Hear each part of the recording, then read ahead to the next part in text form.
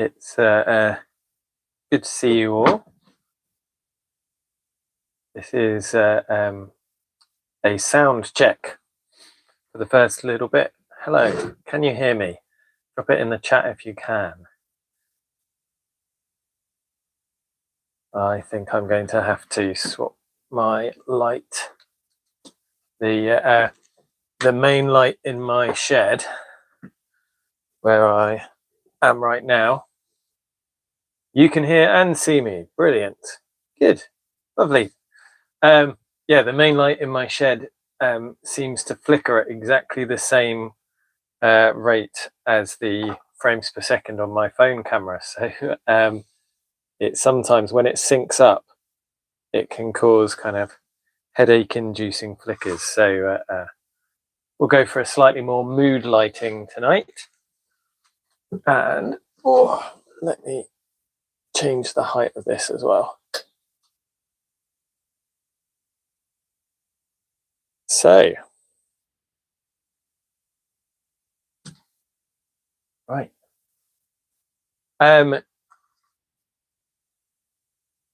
Good. Hello everyone. Thank you for joining me. This is kind of a bit of a test run for something that I am hoping to do in the future, doing some slightly more regular live streams, hopefully with special guests and things like that. So yeah, with different themes and so on. So yes, and the theme for today is the two towers. So I didn't realize until last year quite how old those films were, and it felt right to do something for them, and I kind of missed out doing something for the Fellowship of the Ring last year, but this year with the Two Towers, 20 years since the Two Towers came out, which is pretty incredible. And I don't know about anyone else, you can drop your opinion in the chat, but I think for me the Two Towers was one of my favorite. I think it was my favorite of the three, possibly because I've always been into cavalry, and obviously a large part of it took place in Rohan. Strangely enough, I don't think that it had my favorite moments in. My two favorite moments were in the series were the death of Boromir. It's the real like emotion, tear-jerking kind of stuff, and the charge of at the Pelennor Fields. But I think as a whole, I think the film just works so well. So yeah, it's definitely my favorite of the three. And Celtic Perspective agrees. They say Two Towers is my favorite because it has the Helm's Deep siege. Yeah, absolutely. Like, sieges just weren't done like that in film before. Quite amazing. And the amount of effort they put into making that huge set piece was incredible. Rice Brown, we are all here for the special guest medieval cinematic universe crossovers. Yeah, I don't know that there will be any tonight, I'm afraid. Maybe in the chat, but there are some more coming up soon. The Lizard Viking, I consider Fellowship to be the best, but Towers is also really good. It is hard, isn't it? Like, everyone always says it's like the classic when you're a kid, what's your favorite dinosaur kind of thing. Well, you know, really all dinosaurs are cool, and picking one would be a crime, but we kind of need to, don't we? Pavel says, and what are your thoughts about that charge? Are we talking about the Helm's Deep charge? Let's talk about the Helm's Deep charge. I would, I would not want to charge down that hill. I think Peter Jackson is pretty well known for really kind of ramping things up to 11, isn't he? The Witch King's mace is a great example. The huge intricacy of Sauron's armor is another, and that charge down the basically the cliff next to Helm's Deep was a bit much. But desperate times call for desperate measures, and actually there are some films of cavalry units training, being able to charge down slopes that are about that steep. The issue comes when you do it as a unit of about, I think, what was it, 200 spears? All it takes is one horse to fall, and then you've got a big problem for everyone. So, yeah, I wouldn't want to do that charge personally. I think they actually said when they were filming it, there was one time when one of the horses actually leapt down the slope that they were filming on. It obviously wasn't as big as the one that they extended it to in the film, and landed at the bottom rather than try and run down it. But maybe the horse was a bit nervous about it. So, yeah, not something I would want to do, but it definitely would be effective. Rice Brown says, Boromir's death brings tears to my soldier's eye, to any soldier's eye, my brother, my captain, my king. I think just you'd have to be made out of stone not to feel something at that moment, right? That is just, and the way that he tries to redeem himself by fighting for Merry and Pippin, and keeps getting up. It's just incredible. Brilliant filmmaking, brilliant storytelling. Leonidas says, hard to list them. They're all great. Return of the King is my least favorite, but it probably goes Two Towers, Fellowship, Return of the King. Yeah, because they're one story, aren't they? It's like saying, did you prefer the beginning, the middle, or the end? Like, there's good bits to, if it's a good story, there's good bits to everyone. Norcan says, Two Towers is kind of split for me. The Rohan side is pretty good, but the Frodo side of the movie is kind of lame.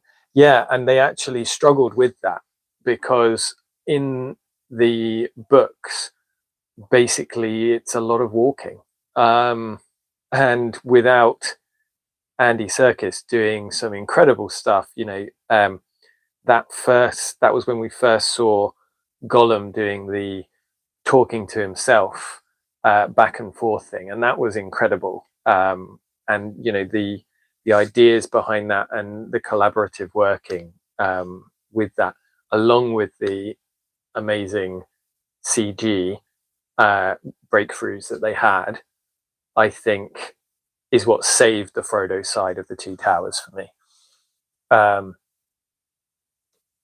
The Lizard Viking says, Fellowship is simply the perfect fantasy movie. Yeah, it's hard to disagree. It's just that the Rohan stuff, the culture of Rohan is just so attractive to me. I love that so much, that more so than the Shire. I think a lot of people are really into the idea of the Shire, and I do like that, but Rohan is a step above, personally. Robert Ilson says, shouldn't a siege last more than a night? Yes, I guess. Although, if you vastly outnumber the enemy, and you know that there is a large relief force coming, and you also have big pots of gunpowder, then maybe you would press the attack. It would be easier to deal with Gandalf and Eomer's relief force if they had taken over the Hornburg and were defending that from the walls against cavalry. That would be easier, even despite the damage that they had caused. Lord Seth Taggart, I have no idea why anyone bothers wearing armor. It doesn't seem to do a lot. Yeah, true. Yeah.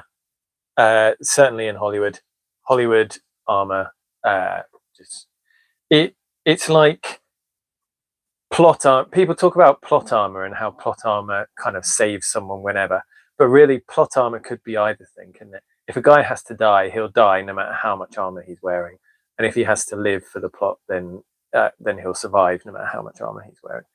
It's like in the Mandalorian. It's great to see armor actually working. The Mandalorian's armor, taking hits and things, but he does keep getting hit on the armor, and never in the quite large gaps. So yeah, plot armor's always. But then if it had died in the first episode, we wouldn't be watching the series. I'm sure there are some bounty hunters with cool armor that just died and then never had a story to tell. Why are we talking about Star Wars on a Lord of the Rings stream? Maybe that's another episode we could do. They did have a wizard to help with the charge, absolutely, and they were much better horsemen than I am. The Rohirrim, they grow up in the saddle, so go for it. They probably should have had smaller horses, smaller and hardier horses as well. A lot of the ones in the film look kind of thoroughbredy, whereas actually, if we're talking kind of Saxon culture, but with horses, then you're looking at shorter horses, stockier, kind of good spear throwing, arrow shooting platforms, good for hunting as well, which is what the Saxons generally use their skill at arms to do. They dismounted to fight generally. Robert Ilson, they did have a wizard help with the charge. What special effects were used in filling in the scene in Man from Snowy River? I have no idea. Pavel says, and on the historical side, weren't sorties from besieged castles a real thing? Don't know about cavalry charges. Yeah, and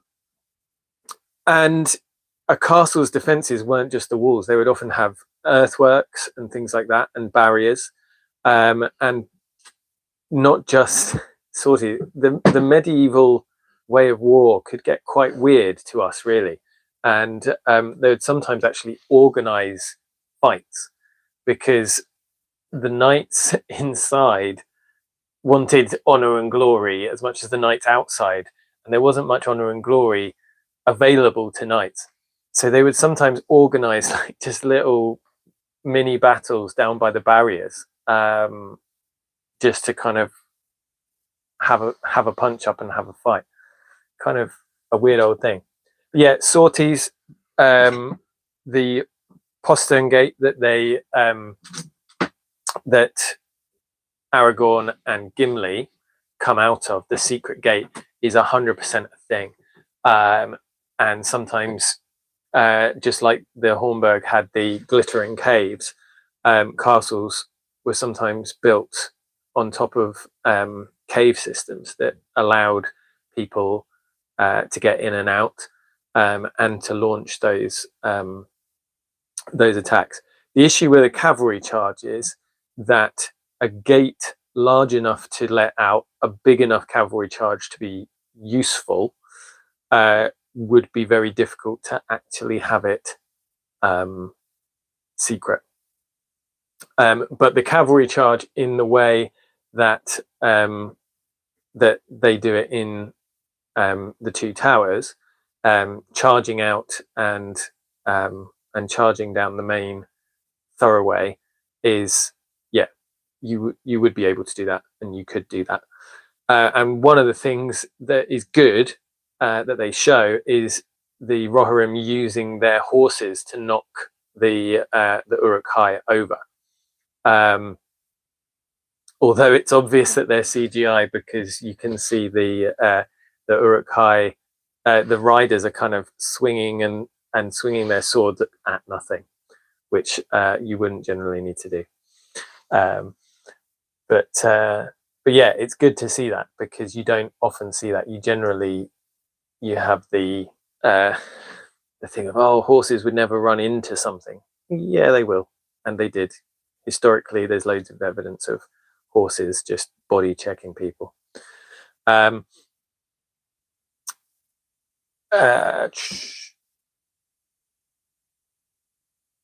Right. Sandra 1976 says the scene in Man from a Snowy River was real. Okay. I haven't seen that. I need to watch that. So I sounds interesting, but I have nothing to add to that conversation. Sorry. Lizard Viking says the Two Towers is great in how it escalates the stakes and scales of the conflict, something a lot of sequels often fall flat on. But the sense of adventure and fellowship just cannot be beat. Yeah, and they're different movies, and that's kind of where I think generally when sequels do well, they don't try and redo the first film. I think if you try and if a film is successful and you try and redo it, then you really run the risk of falling flat. And there's so many examples of that, right? And generally, in my mind, when sequels do well, it's when they take the same world and often the same people, but not always, and they put them into different, or they develop the situation. So another great example is Alien to Aliens. And apparently the production team, when they were talking about Aliens, the sequel, they basically said, look, you've already done the perfect horror space horror movie. We really don't think that we can do any better. We're going to change the genre, and we're going to do an action horror movie instead of a sci-fi horror movie. So yeah, I think obviously the Two Towers and the Lord of the Rings, it was already like that because it was already one story. But that's why it works so well, is that it isn't doing the same story again and again. And that's where The Hobbit struggles, I think, in that it is a trilogy, but there's not really enough to make the three films, and so they repeat themselves again and again.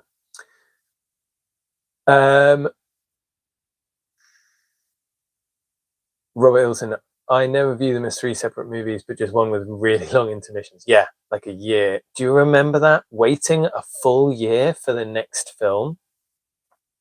That was difficult. That was really difficult. Celtic Perspective, sort of like Highland Ponies. Yeah. We call them ponies, but people get upset when we call them ponies.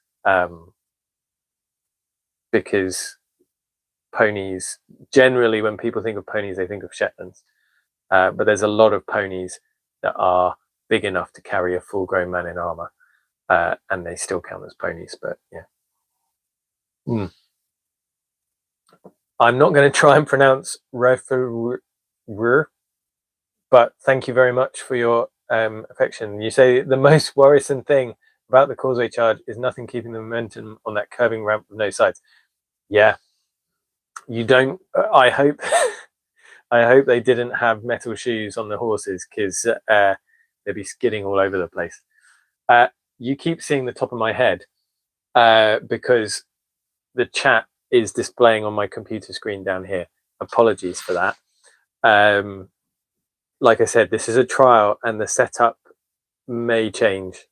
But let's just, maybe the top of my head is a better view. Who knows? Pavel says, so when can we expect a video about armor depiction in the Henry V movie? Which one? Because I was going to make a video about Netflix's The King, and I like to keep things positive, and I struggled, so I didn't. Maybe we will do something like that. Sandra says the Snowy River scene shows a fleeing man on a Brumby charging down a hill, which is about as steep as the one in the Two Towers, but in much more detail. I think in a herd of other horses. Yeah, it is possible. There's another film that actually has Viggo Mortensen in, where he rides some horses actually up a hill that's pretty much that steep. I think it's called Appaloosa. I think that's the one. He's been in a few where he just shows off his great riding skills. Yeah, it's just the idea, like, all that could go wrong. Quite a lot could go wrong, but it is possible, and I've seen it done. Not in the flesh, but I've seen videos of it done. The old, like I said, the old British Army videos, training videos and things like that. You can actually find them on YouTube. They do some crazy stuff. The Lizard Viking says, Zach, how used was scale armor actually? I recall a lot of Roman warriors having it in the movies, but I wonder how much it was used in the actual Middle Ages. That depends on the culture. People really focus on the protective qualities of armor because that is its main function, right? But the fashion qualities of armor are not to be underestimated. And you know, sometimes the reason why you know, scale armor wasn't really seen in Western Europe is because it just wasn't as fashionable over here as it was in Eastern Europe. Scale armor can be extremely effective.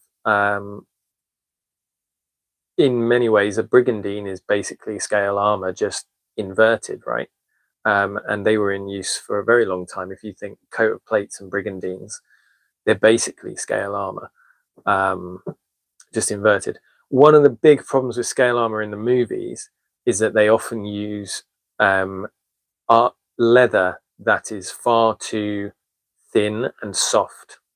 And so it would give some protection in the way that even a woolen coat gives some protection, but it's not going to do as much as a proper scale shirt made of metal, or even just heavier leather.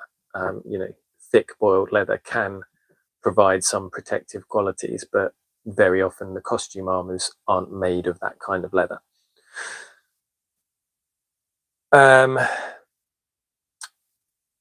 Wraith says, to be fair, Avatar fans had to wait over a decade. Yep, absolutely. Although I don't know how many Avatar fans there are. I think many of us enjoyed it, but I don't think it really built up a fandom, did it? It was incredible, but it almost kind of, it didn't really become the phenomenon that many much cheaper movies have managed to be. I may be wrong on that. Maybe there is a fandom for it, but I don't think it's as big as many other things. Robert Ilson says, I think the Hobbit movies would have been better off as just 2 movies rather than 3. Oh boy, do you know the story behind that? If you guys know it, then I won't repeat it, but it's it's silly. Let me know in the chat if you want to go through that. The 1944 one, Pavel, what are we talking about? Are we talking about the training videos? Come on, Liz Viking says, come on, let's have an angry, annoyed Zach once. What I might do is see if there's someone else who can come on as well, that we can give some positives and negatives. Have a bit of a discussion about it, rather than just one person ranting at the screen, which I don't really like rant videos. Rice Brown, ever seen The Duelists? There's a great cavalry duel scene between Harvey Keitel and Keith Carradine. I haven't, and I need to.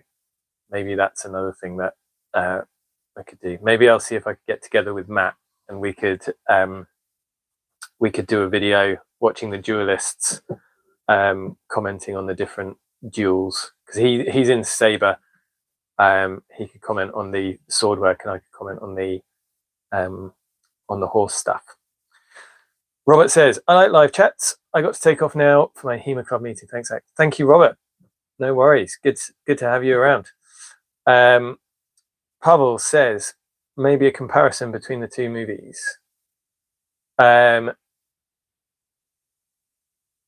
Which two movies? Sorry, I'm catching up on the chat.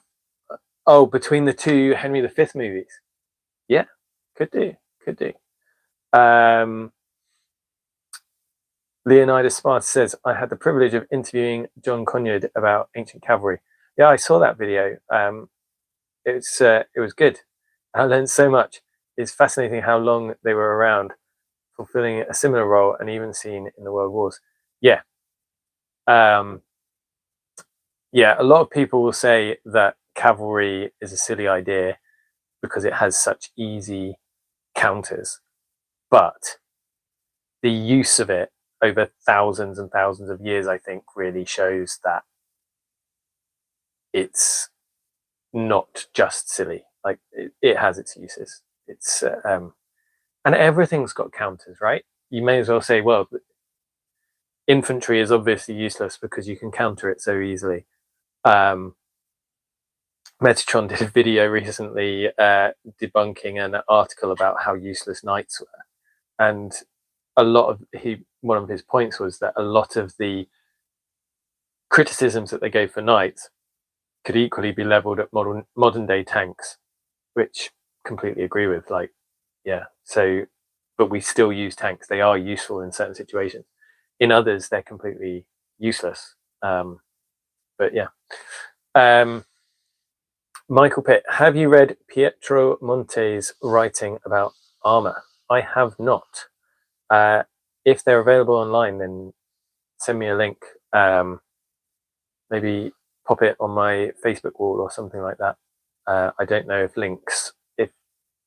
YouTube chat allows you to post links, so that might not be possible. But yeah, do share it if it's available. Right. I thought it would be quite cool. I don't know how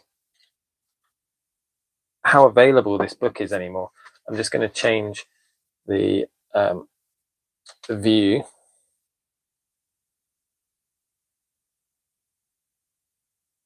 Sorry if this is messing with people. Right, what can we see?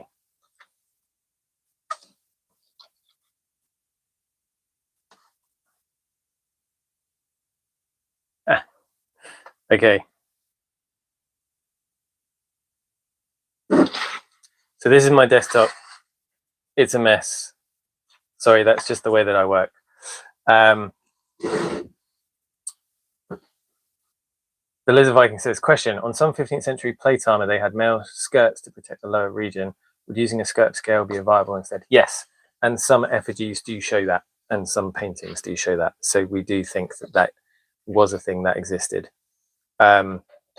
Scale armor is something that really, for a while, people would say that it didn't exist in Western Europe because we don't have much in the way of surviving examples to point to.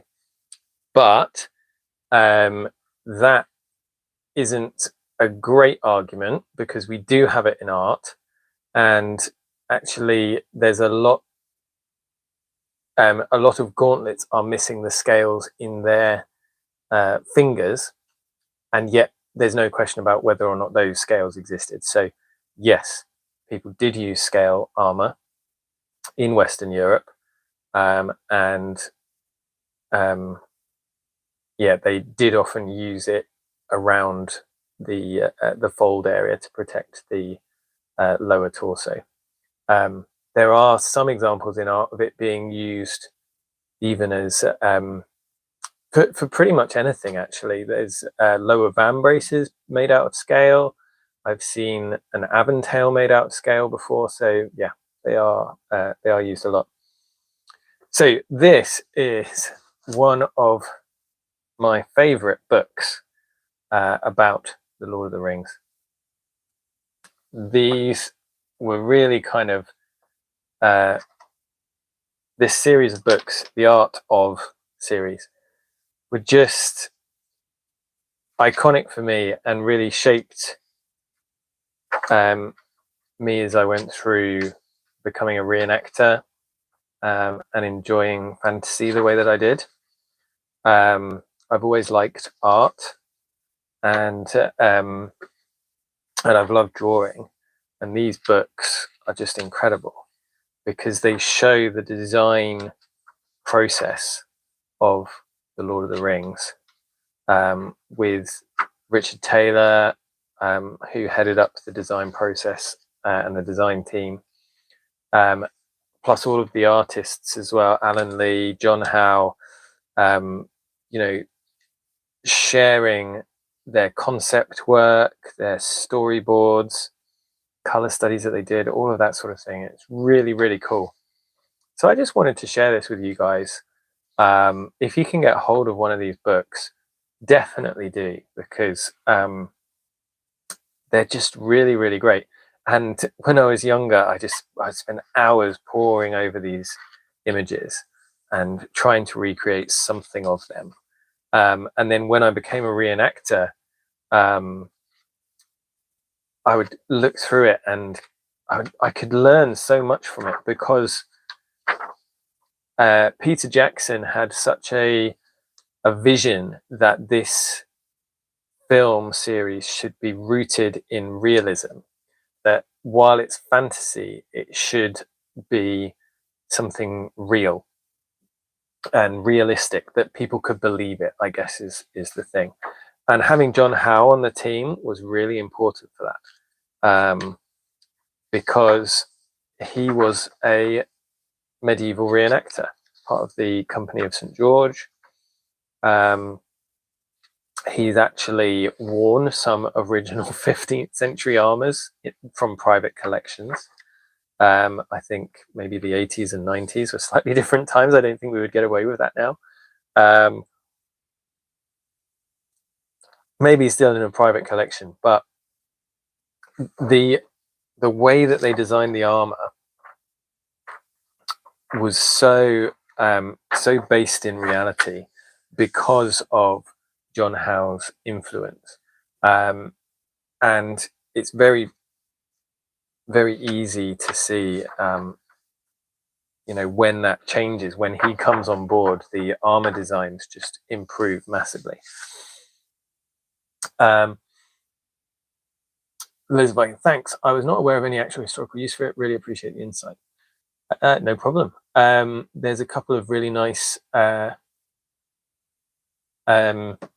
reproductions from a French group that I do not remember the name of, but I will post it on. I will see if I can post a video to my YouTube channel so you can check it out. Leonidas Spice says, I have the Art of the Fellowship one. They are a great series. They absolutely are. If you can get the others, get them. Is there any armor in the Lord of the Rings movies that you would like to have made in real for yourself? Yes. We'll talk about that in a minute. Rice Brown. Yeah, man, the 80s were a million years ago at this point. Yeah, so much has changed, right?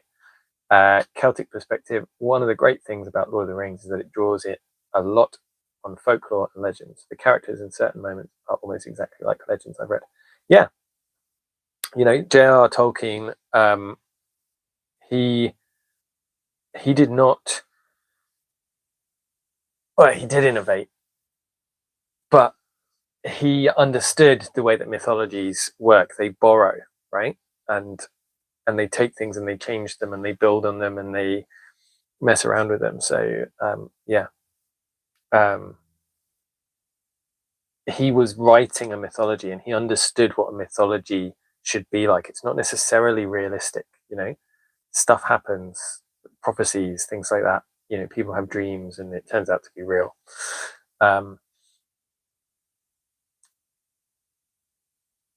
Lord Seth Taggart says Sauron's armor is glorious. It is. It's not my favorite of the series. It's one of those ones that, you know how sometimes you can think something's really, really cool, but it not be your taste. It's not my taste, but it is really, really cool. This Rohan armor here, just absolutely love it. We've got here this sketch of Irma is just so really, it could be an Anglo-Saxon guy, right? There's so much historical detail there. The cheek pieces here being worn in the upright position, as we think that they might have been able to, you know, fold them up and things like that.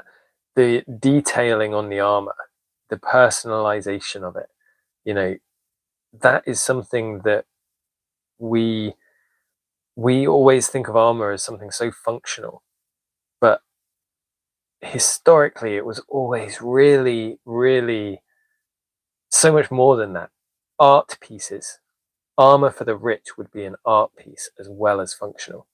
And seeing that difference between the high status people like Irma and the lower status people of the army just really adds to that realism.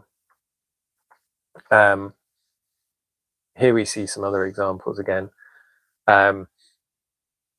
Here, I think, is one of the earlier designs. So it says this is one of the earliest Rohan drawings, and we hadn't really established a good look for them yet. And you can really see the difference here, right? The mail is in swathes. It's just kind of hanging loose in a kind of 80s and 90s fantasy vibe, instead of the really functional, clear look and military look of these later designs. That's the thing. So much fantasy design kind of goes away from the idea of stuff being functional. It's got these cool shapes to it, and it's really interesting, but its armor has to be functional. Yes, it's an art piece, but why would you have this much mail around the throat? There's no reason to it, and it's adding weight. So that's part of the art, isn't it? It's almost Art Deco in that it's functional armor is the minimalist. You don't add in extra weight unless you absolutely have to. Celtic perspective, the Sutton Hoo helmet is an excellent example of armor being decorated and personalized. Yeah, absolutely. And there's so much examples from the Saxon age of, you know, gemstones being put into weapons and armor, and stuff that we know was actually fought with. The Lizard Viking, watching all this concept art makes me wish I could draw. Look, practice. Just keep doing it. I'm a teacher, and I believe that anyone can draw. You just need to put in the time, and that's the hard truth about any skill, right? Some slightly later designs here, and again, you know, you can see some of them they're really trying to find the right look for Rohan. And these lower status armors are going for more of a padded look and leather look, with some metal parts. And I think one of the things that really worked with the Rohan design is that it captured what Tolkien was trying to do with that world in a way that a lot of the other armor designs, while they were very good, didn't capture that design in the same way. The Third Age Gondorian soldiers were much more kind of Renaissance armor, and Tolkien wasn't writing a Renaissance story. He was writing an epic poem, or a myth. And so the Rohan warriors really fit the world that Tolkien was writing about. And I think there's something that subconsciously we see that in them. Leonidas Sparta says, it is also really interesting to see the Germanic influence on the Uruk-hai in Fellowship, but their siege armor still has a characteristic orcish style, but rooted in reality. Yeah, and they have an almost Roman legion kind of look to them, right? Even as they attack their when they're bringing the battering ram forwards, they're using the testudo formation and things like that. Their armor is very Roman, right? The legs are almost completely unarmored, while the torso and the head are very heavily armored. It's a shame that their shields aren't a bit bigger, to be honest. Although they do have bigger versions in some parts. Rice Brown, I'd throw down some serious cash for a Rohan spear or glaive. That art speaks to my warrior spirit. It does. Those Rohan spears are just so cool. The cutouts on them just really kind of, they mark them out instantly. You know what you're looking at. Such a simple design aspect, but so good. The orcs, I was less a fan of the orcs, but not to say that they're not brilliantly designed. You know, they are very well designed. The Oliphant designs, Numux, Mumakil, the Ranger designs, Faramir. So well thought out. You know, it makes you think of Aragorn straight away, but it's a much more organized version of it, right? It's the military version of Aragorn rather than the individual roaming the wilderness. Just from looking at Faramir's design, you can see that you're looking for there are other people there with him. He's got the uniform look, whereas although Aragorn's design shares so much similarity, you're not looking for anyone else to be with him. So clever, really, really clever.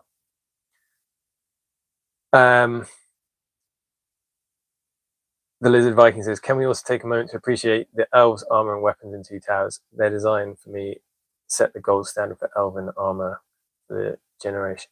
Yeah, they're so good. They really are. Here's the Helm's Deep art. Let's see if we've got the elves. Some of the elven design. And you know what? Some of this stuff I would have been just as happy. Like, yeah, this is kind of a bit more stylized, and maybe maybe those scales are a bit too big, but just look at some of these. I would have loved to see that one. This one's really, again, really 80s, but it's great to see that, you know, they actually had the time to try about this piece of art down here. I don't know if you can see it. I must have, I think, got a magnifying glass out to look at that in even more detail. Why did they print that pencil sketch so small? It is amazing. Just the time spent on the shininess. I don't even know if you can see it really. Let me. Can you see it? So gorgeous. Like, these are just many of these, I think they said, were like 10-minute sketches, because they were doing these so much that they were able to do them so quickly. Man, I'd love to have one of these on my wall. Any of these. They look amazing. And they had to cut so much stuff as well, right? That's a real shame. Here's the Uruk-hai designs. And things like the sideways crest on the Uruk-hai gives that idea of this is an organized army, because it brings you back to the Roman army and the transverse crest. And it's not a Roman transverse crest. It doesn't make you think these are the Romans, but it gives your brain that that cue, but it's different enough that it doesn't register that you're thinking, oh, these guys are just Romans, but, you know, grotty.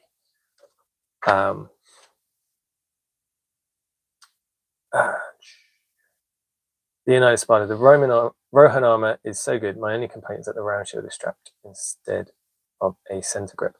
I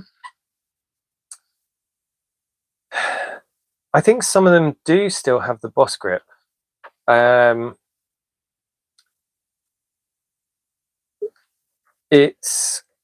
We do see strapped round shields used in later periods, and the fact that they develop the development within the early Middle Ages from a round shield to a kite shield is muddy, and I think it would be difficult to say with certainty where they swap from a center grip to a strapped grip. And the reason for that is that the evidence that I've seen, I've been looking for primary evidence for the kite shields, and they seem to all be strapped. And it would seem weird to me for them to go straight, like, oh, change the shape and instantly change the wielding method as well. So then the question is, did they change the strapping mechanism before they changed the shape? Interesting question. Celtic Perspective says that makes sense for a cavalry-based force, in my opinion. Yeah, although really great riders would be able to ride with a shield in their hand. Pavel says, I expected so much more male in the Lord of the Rings movies based on the books. Yeah, completely. I think that in some ways it probably came down to a few things. And when you're thinking about these kind of movies, you do need to take into account that they are movies. At the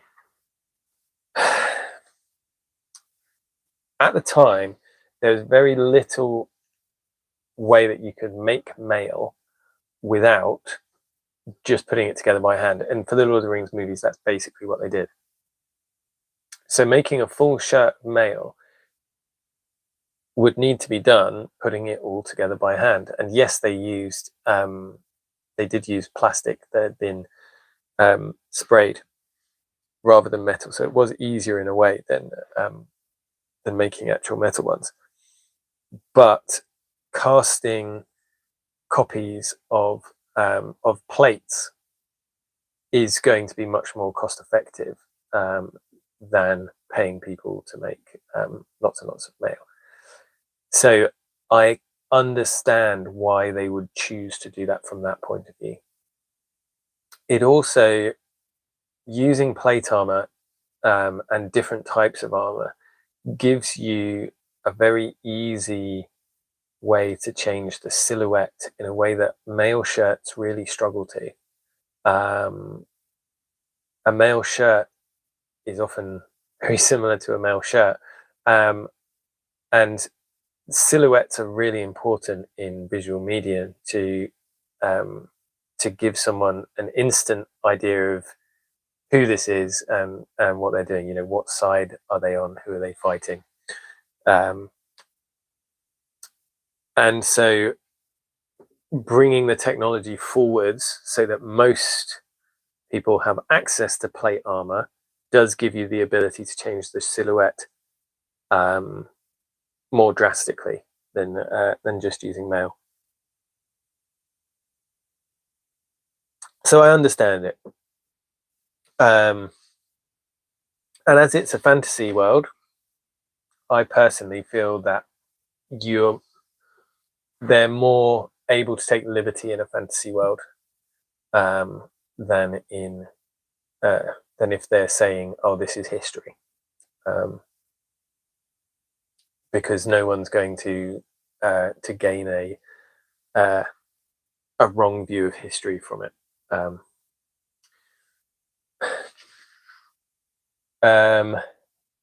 Celtic Perspective says the Uruk-hai helmets look like black sallets. Yeah, and another thing, right? It's straight away you've got, you know, that these guys only care about the functionality of it because they're rough from the forge and they're not polished and things like that. None of that is mentioned and none of that is said, but we as humans just pick up on this kind of thing without it needing to be said, and sometimes without us even realizing that we've picked up on it. It would have been so easy to have all of the metal parts shiny metal, right? But it was a choice. It was definitely a choice, and guided by John Howe's great understanding of historical armor. Leonidas Sparta, appreciate the in-depth answer. I suppose I didn't think of it in that way. I just pictured their Viking aesthetic of the Roman warriors and the Viking age shield being center gripped. Yeah, yeah, and that's kind of the thing, I think, for when you're doing a fantasy, is you don't want to go too close to a culture, a known culture, because then it does create those maybe even unspoken subconscious issues in buy-in for the world, because we look at stuff and we think, oh, that seems wrong, and our brain might not be able to put the finger on why it's wrong. It just seems wrong. I've not really done anything on camera for a while, so one of the things that I thought I might get on with while I'm chatting with you guys is some of my New Year project to put together an army of Normans, which is about as close to the Rohirrim as my current miniature collection gets. So here are a bunch of horses. In a future video, you'll see me putting these together, and I need to put some filler on their bases so that they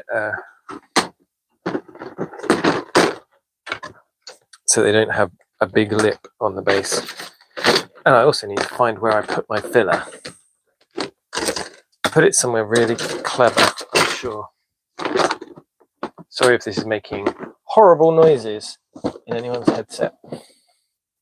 That is not my intention. I thought I knew where it was, but I do not. Okay. I found some filler. Oh, hang on a second. Is it in here? It's not in that drawer. It's not in that drawer. Okay, we'll have to use what we've got. Right.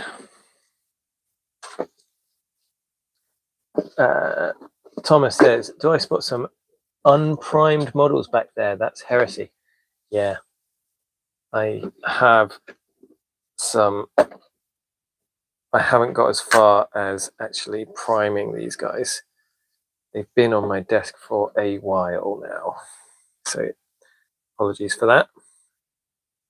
But it's been a busy half term. I am a teacher and the Christmas term is crazy, especially when you're the music coordinator for your school. So many Christmas shows and things like that to have a go at, keep practicing and practice. That's really quite wet.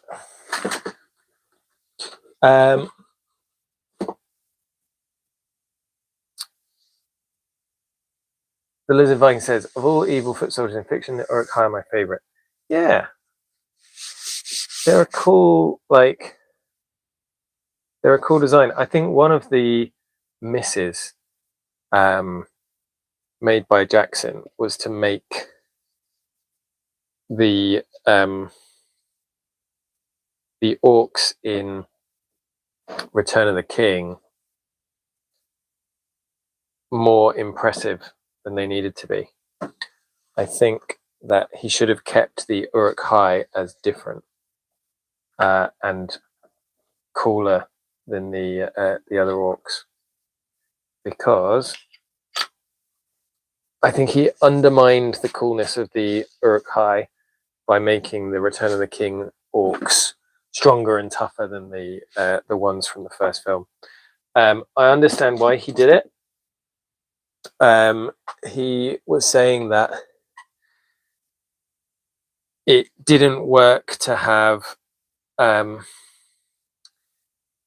Uruk-hai in the second film be the scariest. He needed some more impressive enemies for the final fight. But I think the thing that's scary about the final fights, right, is that there's so many of them, and they don't need to be strong because there are so many of them. So, yeah. I see the logic, but there are other things you can do to make something scary. Just have far too many to deal with. And then you've got other things like the Witch King. Another miss. Maybe I should save this for next year with Return of the King. I think a lot of his mistakes came in the third film. Personally, I still love it.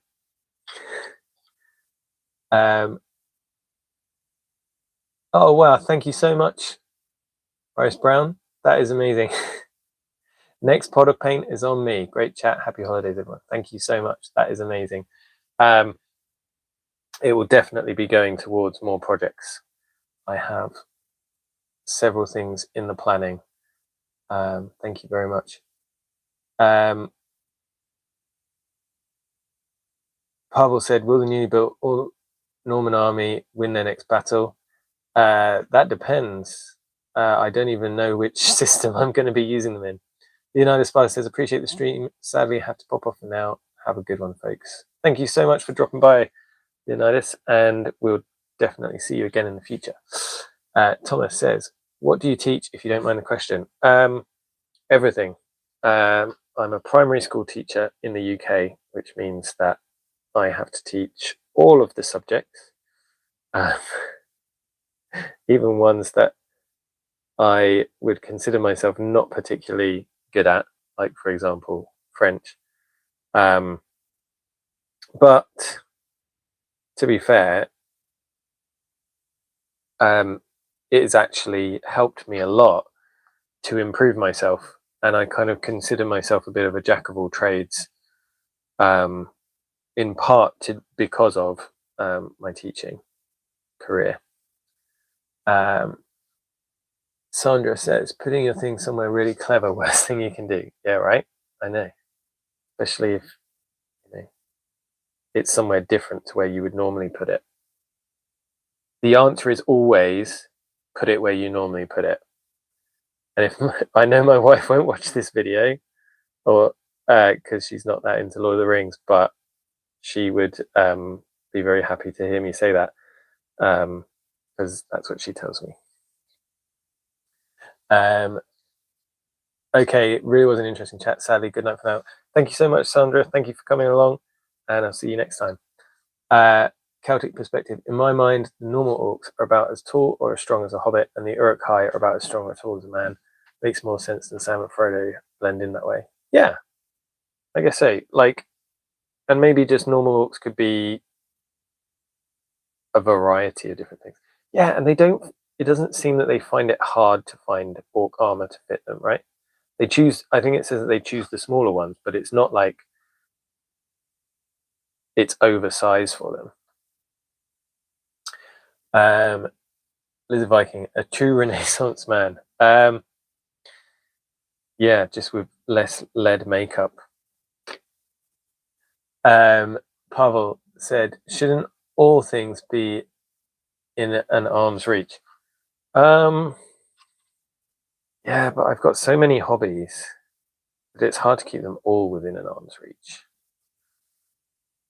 But yeah, I end up having to rearrange my shed quite regularly, because what tends to happen is when I come out here during term time, when I'm really tired, I just put stuff in and then I leave it. And then by the next holiday, it is a mess. This term, I have been so busy that actually I haven't really had a chance to get out here. So it's not really a mess in the way that it sometimes becomes.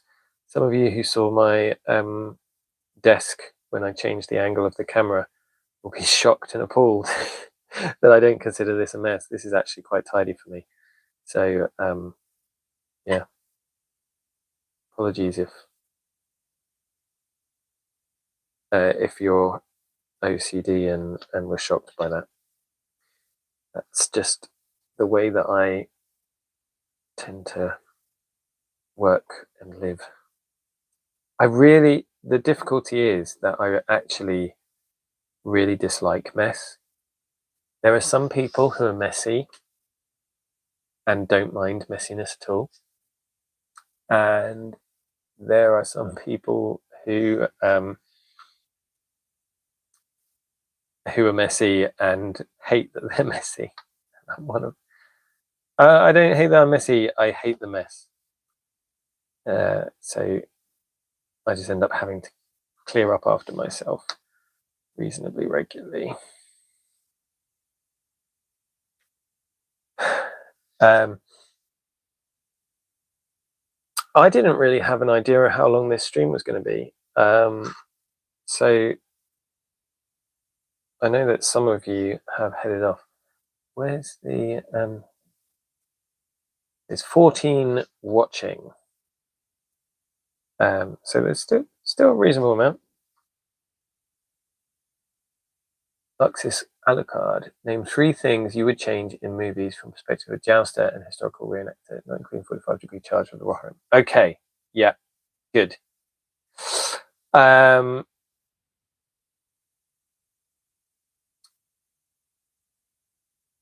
So many movies, and the Two Towers and Return of the King gets this wrong.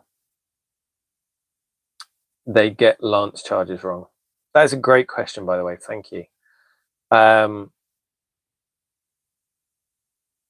So rarely do you see couched lances that are couched properly. I'd have liked to have seen some proper heavy couched lances just really going through Uruk-hai. Another thing that you could have done, so I know in that charge they used the sun to blind the Uruk-hai, and they like reeled backwards and the pikes went up. I think it would have been cool to maybe have Gandalf do some actual magic for that, like a blast wave or something, or, and this is historical, that people definitely did do, some parries. It is possible to parry a pike, and to have the Rohirrim parrying pikes with their spears and lances would have been a cool nod to the historical reality, and also give some reason, because that's, like, people love plot holes, and I'm sure I've seen that on a plot hole list. I don't like plot holes, but that would have been a cool thing to see. Yeah. What else? They did do it really well. There's a couple of times when I see some of the riders almost doing a posting trot.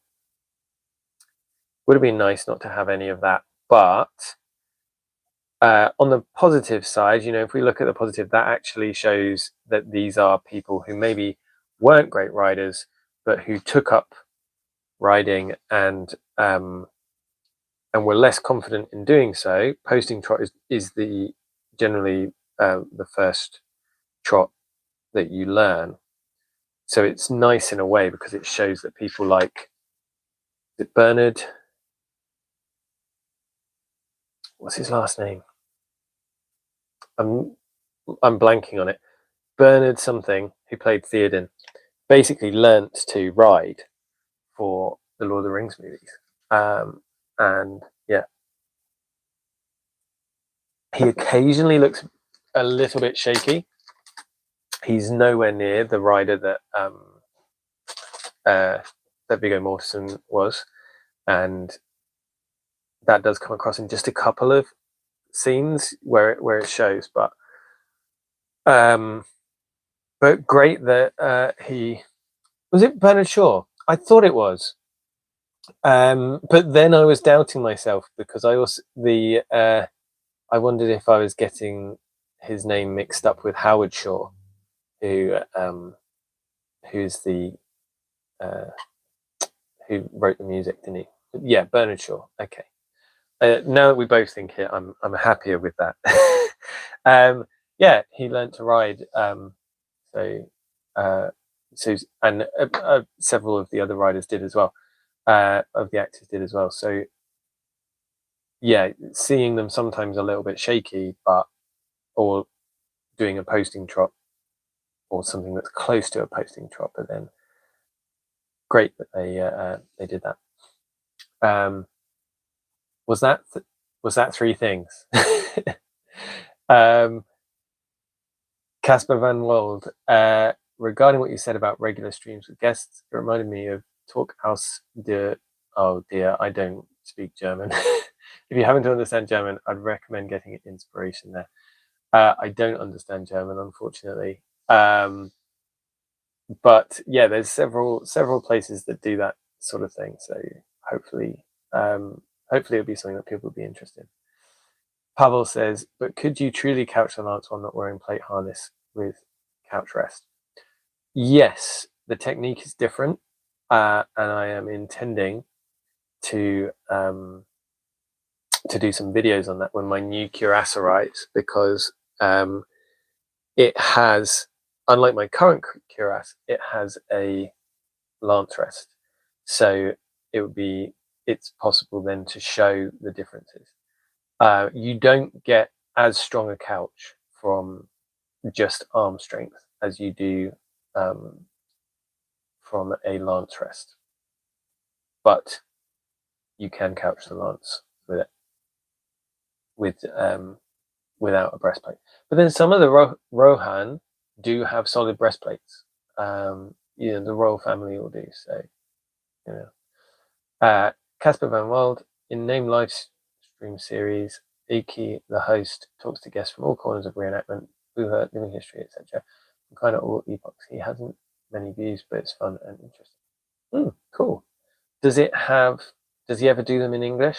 Because I don't understand German. I understand a tiny amount of French, but not German.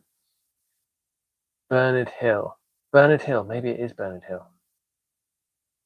Oh no. Rifle. I got invited out to Ireland for Dothraki riding for Game of Thrones, but was in full-time employment at the time. That's so frustrating, isn't it? There's a few things that I wish I could have done, but couldn't, because being a teacher, I don't get to choose my holiday times. Pavel says that would be a great video. Hopefully people will be into it. It's one of the things that I'm most excited about the new cuirass, is trying out that different lance technique. So this isn't part of what I'm doing now. This isn't part of my Norman army. Apologies. This is it's pretty close to Two Towers again, but it isn't. It's a Treeman's base for my Age of Sigmar army. You never have enough tree men. You need to be able to do the March of the Ents, don't you? That was another cool thing. Why didn't we talk about that? The Ents are cool. Just was pretty amazing that they managed to do talking trees in a way that seemed realistic. Like, at first, Merry and Pippin are supposed to not recognize that it's a person, right? They mistake him for a tree, but then you also need a character that can emote and that people can feel sorry for, because he needs to have that like moment of sadness kind of thing. Just the characters of the Ents have to do so much. They need to be characters that you can empathize with, and yet they also need to be terrifying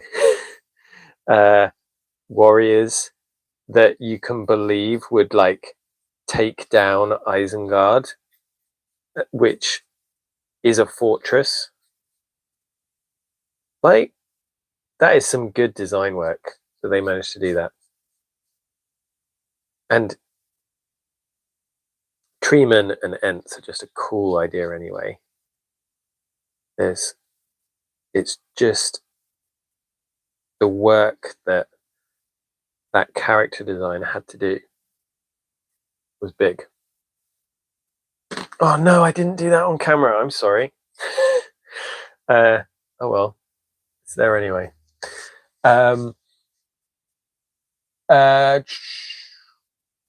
The Lizard Viking, would you ever be interested in providing feedback to creative works, be it writing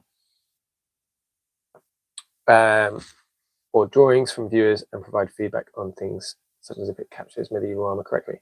Absolutely. Yeah, I've done a video for my patrons looking at some of their armor, a reproduction and a piece of art. So I can do it as videos in that kind of way, or some people have contacted me and asked me about something that they're writing or things like that. Yeah, you can contact me through, probably the easiest way is through my Facebook or through my Patreon. Rifle says, wasn't there a solid wood joust recently that banned lance rest due to the impact force? I think that it's possible.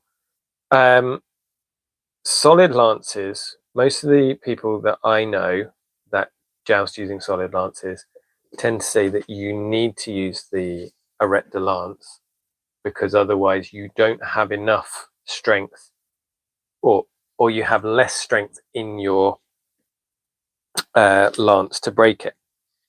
Now, I don't know that is historically true, because of a couple of things. First of all, reading a lot of joust accounts, there's very little breakage, and a lot of what they're talking about is the metal tip of the lance striking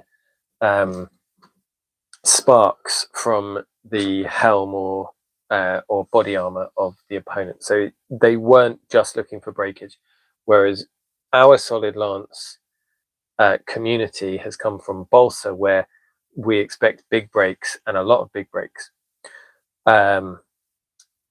So not all historical jousts would have been expecting as many breaks as I think we expect in our modern solid lance jousting. Many balsa jousts refuse to have lance rests because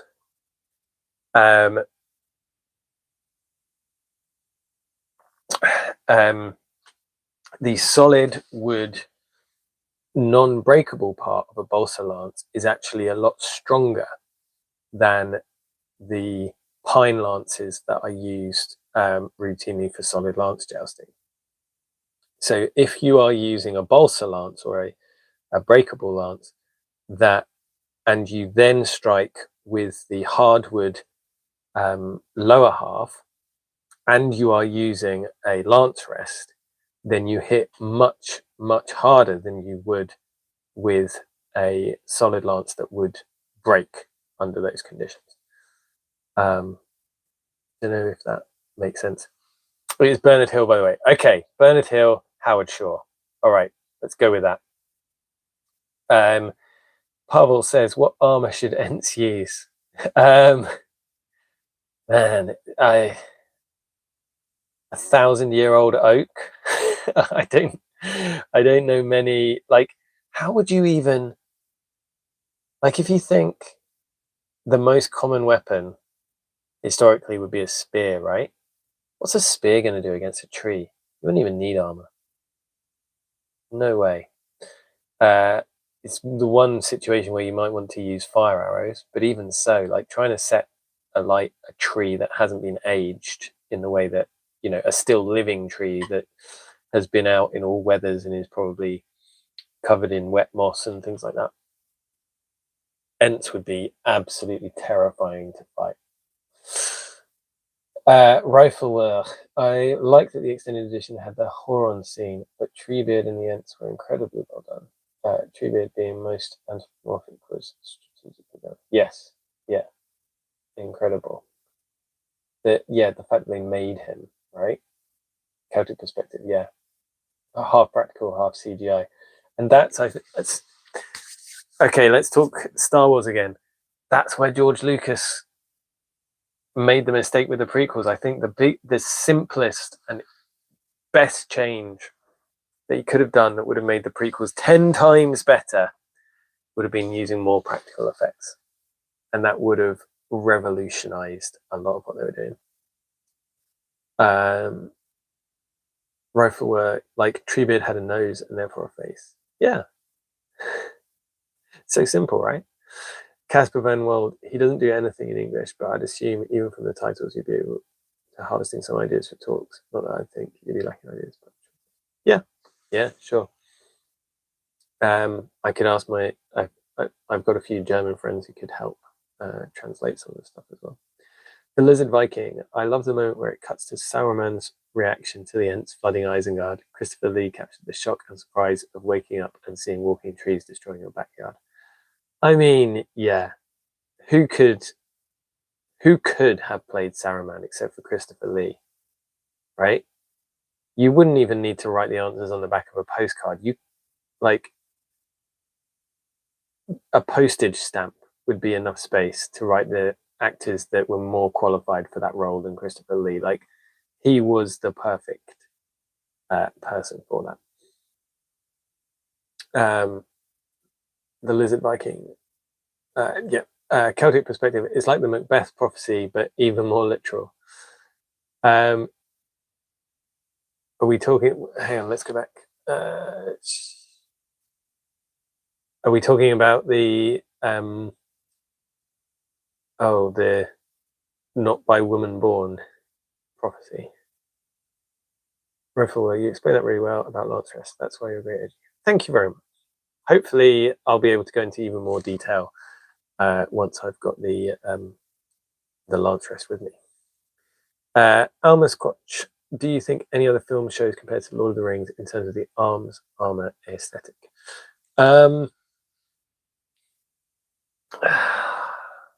Compared to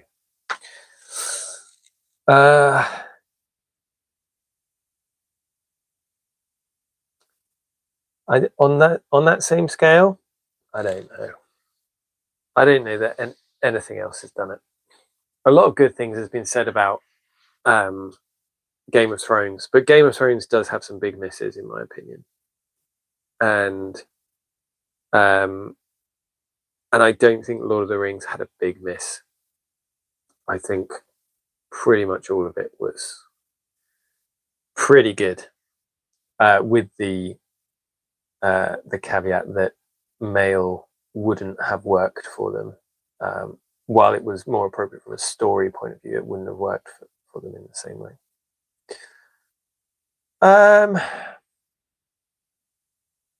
Prince Caspian was pretty good as well. I did really like the armor designs in Prince Caspian, but that was Weta Workshop again. So it, they knew what they were doing.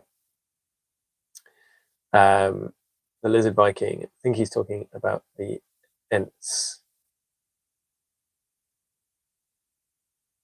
I'm getting lost. Yes.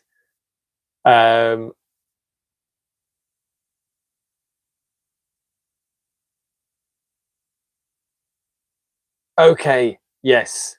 That's the one. Yeah. Great Burnham Wood. I remember now. Yeah. Yeah. Um, yeah. That would have been a slightly different Macbeth, right? If just Ents turned up, that would have been an interesting one. Well, guys, thank you so much for joining me today. Having added the filler to all of these bases, and now I need to go and clean my brush. I think it's best for us to call it a night, and it has been an hour and 20 minutes by my count. So thank you all for joining. We will definitely be doing some more of these live streams. So if this is something that you've enjoyed, then do keep checking the channel. Subscribe if you haven't already, because then you'll get notifications when we're doing another one. Thank you, Liz Viking. I'm glad that you love the streams. At the moment, it's a nice small group of us, so I can answer pretty much all of the questions, which is great. Pavel says, thanks for streaming. Thank you so much. Codec perspective, an hour and a half seems reasonable for a live stream. Yeah, it does. Yeah, I could probably go on for longer, but yeah, we can save some of the other stuff for future live streams. Good night, everybody. Thank you very much. Don't forget, if you're watching this back later, don't forget to like, share, and subscribe. All of those good things. And yeah, we've got some great projects for the new year. So get excited. Do come back and have a lovely Christmas. See you guys. Bye-bye.